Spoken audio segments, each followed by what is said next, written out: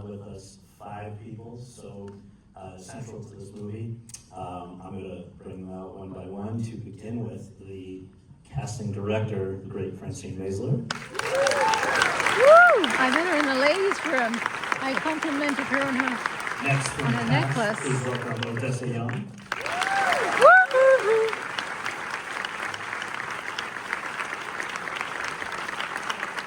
Next, the first of our 2 Jeremys, Jeremy Strong. Woo!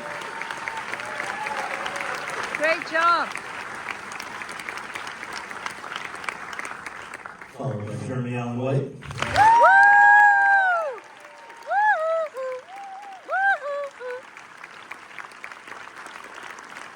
And last but not least, please welcome the writer, director, and producer, Scott Cooper. Woo!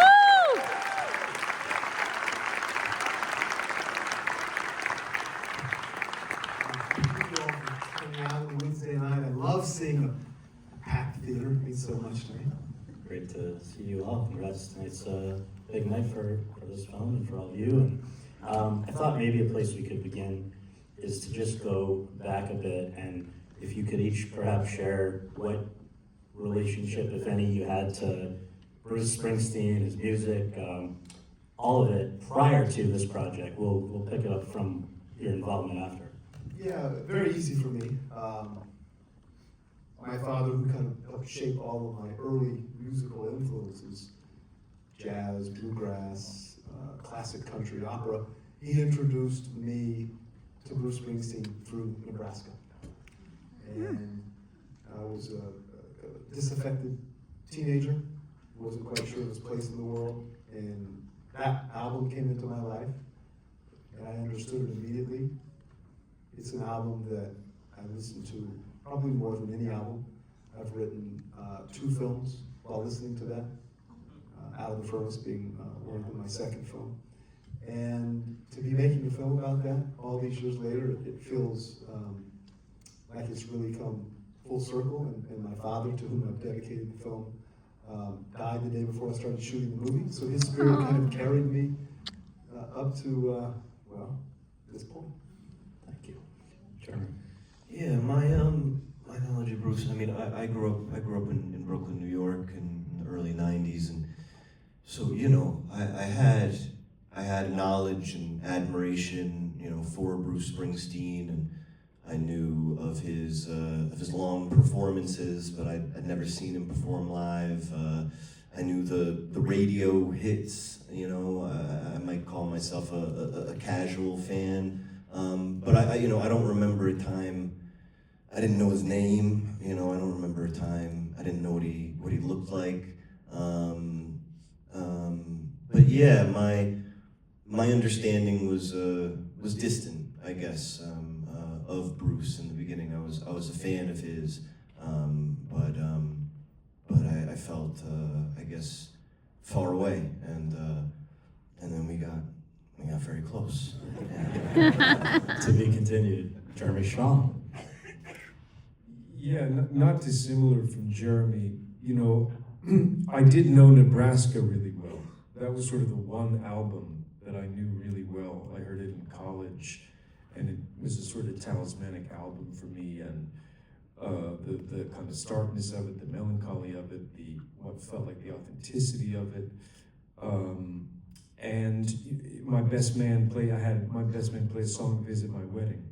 But apart from that, I think I had sort of, in a way, maybe like a lot of people, misperceptions of the magnitude of the artist that Bruce is. I think I thought about Bruce sort of, the way that Born in the USA was misappropriated by Reagan and made into this sort of anthemic, jingoistic, patriotic anthem, and it's really an anti-war song about veterans. And part of this process has been, as an actor, you get granted access into these worlds, and this incredible discovery process of just the wingspan of Bruce's work, the depth of his work, just the depth of his soul as an artist, how deep a life and how embodied a life his work comes from. Thank you. Odessa, over in Australia, was he on your radar early on? I was born into a Bruce Springsteen house. Like every member of my family has their own personal relationship with his music, and there was never a time that I don't remember knowing his music and being forced to learn all the lyrics. But I loved Bruce very much. My 15th and 16th birthdays were at Bruce Springsteen concerts, and he was on. I actually haven't said this once during this entire press trip. My 16th birthday cake was his face. We gotta find those photos. I know, my mom's been texting me every day going, I'm still looking, I'm so sorry.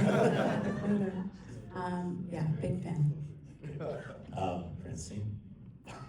Okay, I'm going to tell the story again because I think it's a good one. I'm a Jersey girl. Okay, so whenever Scott calls, I don't need to read the script, I just say yes, whether I'm available or not. Let me just say that, okay? I'm available for Scott. So I'm a Jersey girl. So there was a scene at the Stone Pony, and I don't tend to go to sets. I'm usually busy with my children or little time. But I decided, go to Stone Pony, be there. This is an opportunity. So I walk in, and Stone Pony's small, and I open the door, and Bruce Springsteen's just walking right by me. And I'm like, oh my God, I gotta leave. Oh my God, oh my God, oh my God. And you must understand, I was in the nosebleed seats when I would see Bruce Springsteen. I was never close. I mean, I would cross the highway. I parked over there, had to cross the highway. Just to set this up. And so some people were asking Bruce for pictures with them, right? I couldn't do that. No. And people were saying, it's okay, he's just the loveliest man you can ask for your pet. I was like, nope. And then a couple hours later, I thought, what am I doing? Like, there's this chance to show off to my kids, just one picture. Maybe they'll be impressed. And then I thought, okay. So I asked Bruce's, so there's the monitor, okay? And behind the monitor is Steven Spielberg, Bruce Springsteen, and Scott. So I No pressure on Jeremy. So Francine was there. So I say to Scott's wife, okay, no, I can't take the picture. But if I stand behind the three of them, could you take a picture of me? And then it would seem like I met Bruce. And that's what I did. That's great. Well, Scott, I think for decades people have been hoping Bruce would make a movie, cooperate with a movie, and that was not the case. Why do you think the time had come where he was going to be open to that, and why, once it did, of all the chapters in this amazing life, why do you think this is the one that he also wanted to be the one that's highlighted? Because I think it's his most personal. It's certainly his most enduring record. If you read Bruce Springsteen's wonderful autobiography, Born to Run, most every chapter is quite lengthy of Bruce's life. But when he gets to the chapter of the making of Nebraska, it's a page or a page and a half only. And he said to me, because it was too painful for him to do that kind of deep excavation work where you have to really go down where it hurts the most. And Bruce is a cinephile. He had seen all my films, some of them a few times, and I think it's at a time in his life, 75 years old at the time, where he felt, if I'm ever going to make a film about my life, then it should be Nebraska, and it just happened to be me. He said something to me that I'll never forget. He said, Scott, the truth about yourself isn't always pretty. I want you to tell the truth about me. And when I was writing the script, when I was shooting the script, and when I was editing the script, he said, you have to promise me that you're going to give me a Scott Cooper movie. Don't let the audience off the hook. No, bless you, no spectacle, no gloss. And I said, Bruce, I am going to make the film just like you made Nebraska. No minimalist, stark, no gloss, no spectacle, and the camera will not look away. And Bruce Springsteen has seen the film now, I think, well, I was going to say 12 times. Seen it 13 right now. But right now, he's Wow. watching it at the Chinese theater That's for amazing. the 13th time. And I'll just say, I mentioned this to you at the Telluride Film Festival where you guys had your premiere, that it was a pretty big thrill for me. I interviewed him a few months before this movie showed because he had a new documentary, and I went to New Jersey, and all he could keep talking about was how excited he was and impressed he was with what you guys were doing. And Odessa, your ears should have been ringing. He said, you know these guys, but this is that you would really pop for him as well. So anyway, I just think that it's interesting because you said that he then cooperated or was resource for you during the writing, right? Oh yeah, I mean it was, look, my perspective, of course, somewhat selfishly, is you can only read so many biographies and autobiographies and watch so many interviews on YouTube, right? But to really understand Bruce Springsteen's state of mind, his psychology, you really have to spend time with him. Warren Zanes' book that I adapted was the basis. But I really wanted to get under the hood of who Bruce Springsteen was. And I really felt like when I pitched him the movie that if we understood Bruce in these few months of his life, that we would really understand Bruce at large, maybe more so than we ever would in a cradle to grave narrative. Now, it's very different for Jeremy White and Jeremy Strong to have Bruce Springsteen and John Landau on the set. Thankfully, these are two of the best screen actors working, but Yegi, how was that, guys? Yeah, it was a little different for us, I guess.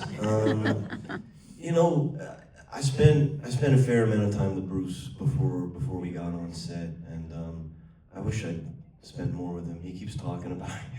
I didn't ask him enough. I didn't want to bother him, But he was so available and he was so generous, and I found like a couple things to run with, and then I ran.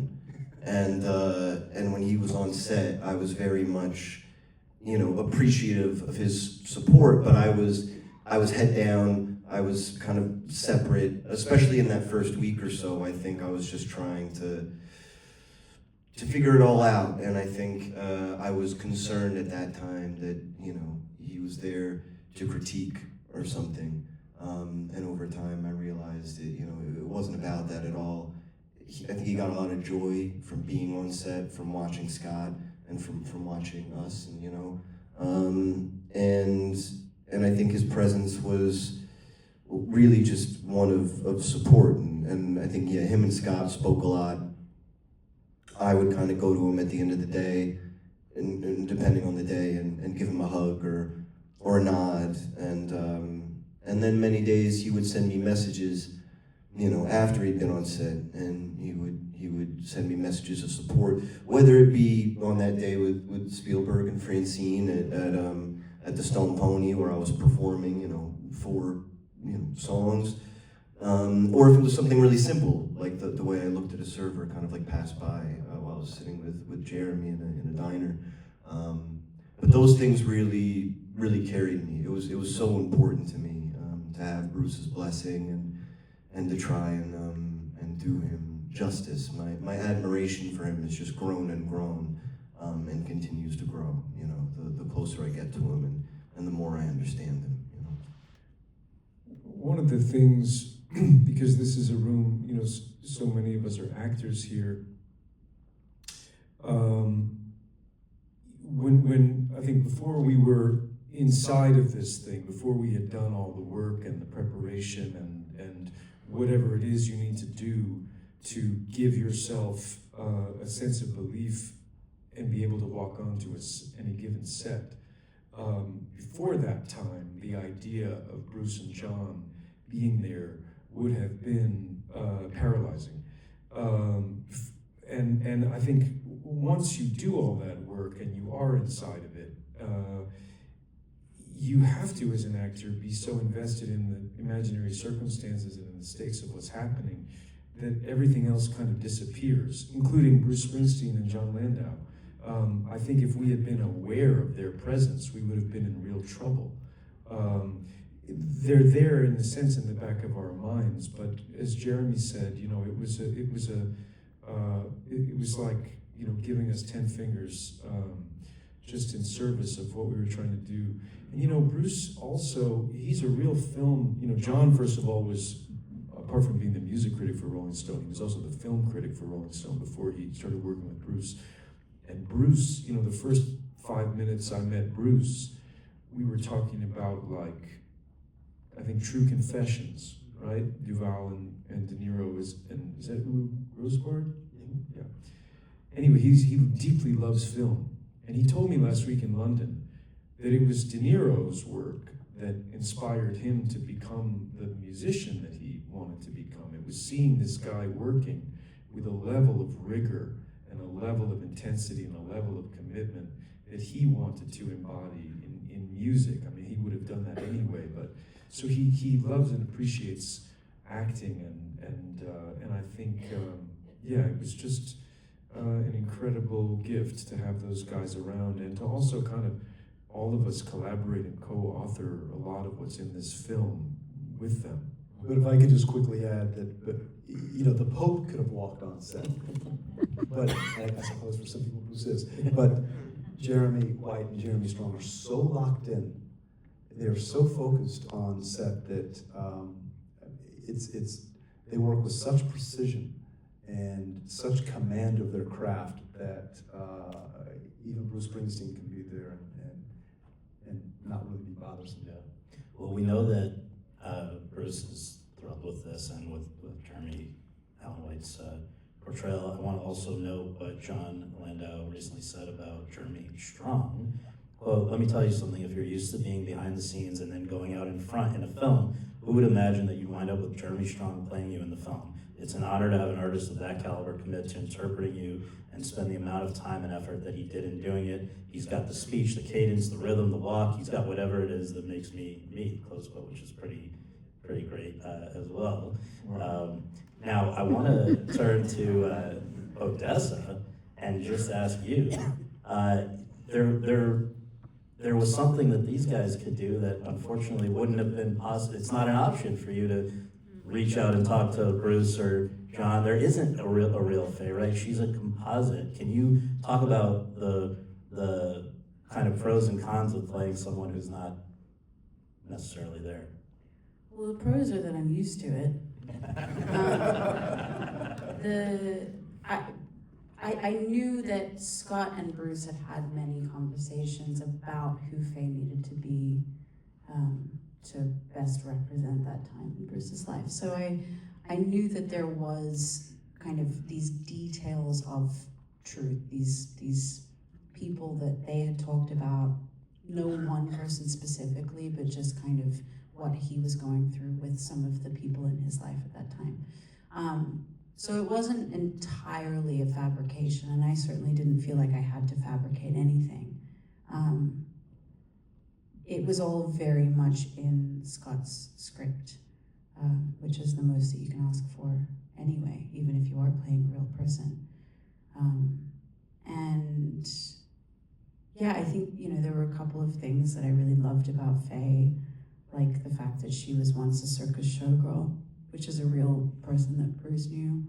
And I liked the fact that she had had a failed relationship that left her a single mother to a child. So these things I kind of, yeah, you take them, and as Jeremy said, you know, he found these things in his conversations with Bruce, and he ran, and I kind of took them and ran, and it's kind of all you can do. Yeah.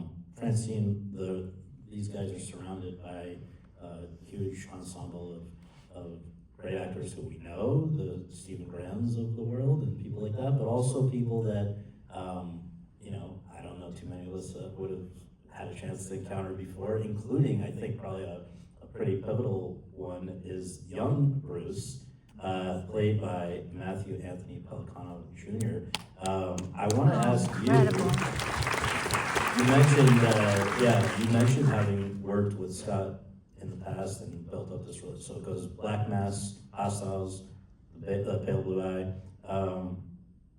I guess did those prior collaborations, how did those inform, like did you kind of know what he would be looking for in filling out the cast before you even spoke about it?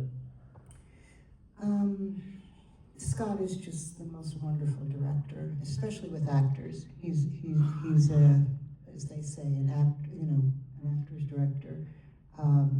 He wants something authentic, truthful, and you don't feel like you're watching a performance. So through all these films, we've become friends, and we have the same taste. And I know what he wants. I just have to go do the work and present it to him. So little Michael, who's in a Tom Brown suit right now at the other movie, we put out a casting call. And the thing about casting directors is we have to go through so many to just find one gem. And here was this little boy from New Jersey who'd never done anything. And the thing about Scott as a director is he sees it and he knows. And I find what was interesting about the process is what Scott did. So Michael auditioned, and Scott saw him and saw something in him. And Michael's callback was, there were prompts from Scott, but he didn't want him to use any words. So, for example, would be, you're looking at your father with both love and fear. And Scott, do you want to speak to that? And I mean, there was about 5 of those prompts, and then after that, you knew. And Yeah, I've worked with a lot of children actors, child actors, and so often the ones that come to auditions, you never know if they want to be there or if it's their parents' dream. And so often, when you try to give them direction, they can't quite take it. They can take it from their mom and dad, but not from you, and that's going to be a real problem on set.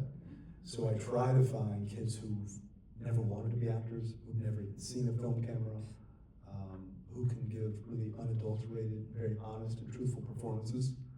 And Matthew was certainly that. I knew that he could show Bruce's soulful innocence when we did these exercises non-verbally, because I try to strip as much dialogue away from every actor in every scene, whether it's Matthew Pellicano Jr. or Jeff Bridges or Robert Duvall. Less, make it more about behavior, less about my ability as a screenwriter. But for those of you here who are directors or producers, I urge you to beg Francine Maisler to cast your films. Yeah. Just to say, one of the things about Scott, because he is a writer-director, and he's very much, he has a very firm command of what he's doing and what he wants and executing that vision. But the thing that makes him an actor's director is the latitude that he gives all of us on set, the freedom that he allows us, the container that he creates, which is incredibly permissive. And these guys have heard me talk about this, but one of the days that meant the most to me, the scene where Landau goes to see Bruce in Coltsneck in the bedroom before he goes on the cross-country trip. It was a beautifully scripted scene, and I had an instinct, that I could play him a song. And Bruce and John used to listen to records together in the early 70s, and it's kind of their love language in a way, and how they communicate. And I texted Bruce and John saying, I have this idea, what song would I play? And Landau said, no, I wouldn't, it was not a good idea, you shouldn't play a song, and I wouldn't play a song. And I was like, well, I'm John Landau, you're not John Landau. Bruce, what song should I play? And I asked Bruce, I said, what song would you play if you were trying to save your friend's life? And he sent a couple ideas, and maybe an hour later, he sent this Sam Cooke and the Soul Stirrers song. And this is all to say, Bruce offered this up. It came from a deep, deep part of him. And then you know, I went to Scott, we shot the scene. I asked sound department to prepare this song on the tape, and you know, you don't tell anybody. It's better to ask forgiveness than to ask permission sometimes. But I went up to Scott after we shot the scene and said, "Do you mind if I try something? It's a bit of a big thing." And he said, "Sure. You want to tell me what it is?" "No, can I just try it? I don't know if it's going to work." He said, "Sure," without hesitating. "Jeremy, do you want to know? I want to try something. Do you want to know what it's going to be?" "No, let's just do it and see what it is." And you know, and that's the kind of filmmaking, especially on a studio movie like this. It's like Scott made this movie. That's the way in which, to me, Scott made this movie like Bruce made Nebraska, which is a kind of unflinching search for truth and veracity and allowing that to occur. So yeah, thank you, Scott.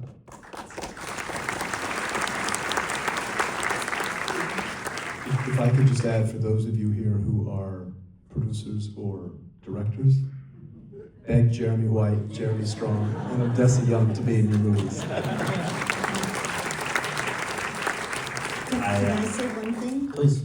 And I have worked on a lot of movies, but I'm so proud that my name is on this movie with these three actors. I don't want to take up too much time, but truly, well, Jeremy Strong, who you all know is a very dedicated actor, but I don't know if you know, Jeremy is somebody who's the only actor who's ever thanked me when he's won an award, of all the people that have gone on to win Oscars and Best Supporting. Wow. So he made my kids very proud, which is very hard. This young lady is, I mean, when you did your audition, it just blew us all away. We knew, and just kept looking, but always knew it was her, and she's very selective about what she takes. And you know, she's gonna go on to do just amazing stuff. And Jeremy, you don't know this, but if this is one thing I keep telling myself, but when Jeremy, before even Shameless, Jeremy was out there auditioning, and I saw this young actor who hadn't done anything, and I thought, God, he reminds me of like Sean Penn or something, but I'm not sure. He's kind of got a different look, and I learned that you have to trust your instincts, because, you know, these three are the next generation you're going to see. These two are already in Aaron Sorkin, Social Reckoning. Am I not supposed to say that? Yeah. Oh. And for those of you who don't know, this is not the only film that Francine cast this year. She did such a remarkable job casting Sinners. Yes. And Yes. in the upcoming Jim Brooks movie. And probably some I'm not even thinking of. So thank you, Francine. Thank you, Francine. So I'm being given the rap sign, but I want to close by asking you, this can be a 2 or 3, whatever word answer, but what, you don't have to even explain it. What for you is the Bruce song that means the most to you? Scott. My Father's House. Okay. Reason to Believe.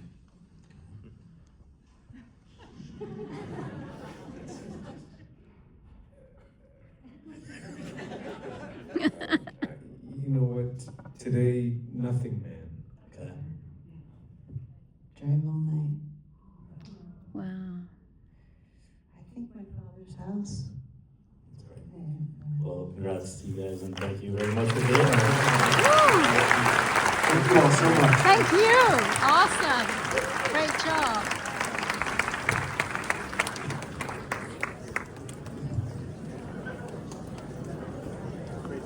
Make sure they don't come up on the steps, please. Great job. Great work. Congratulations.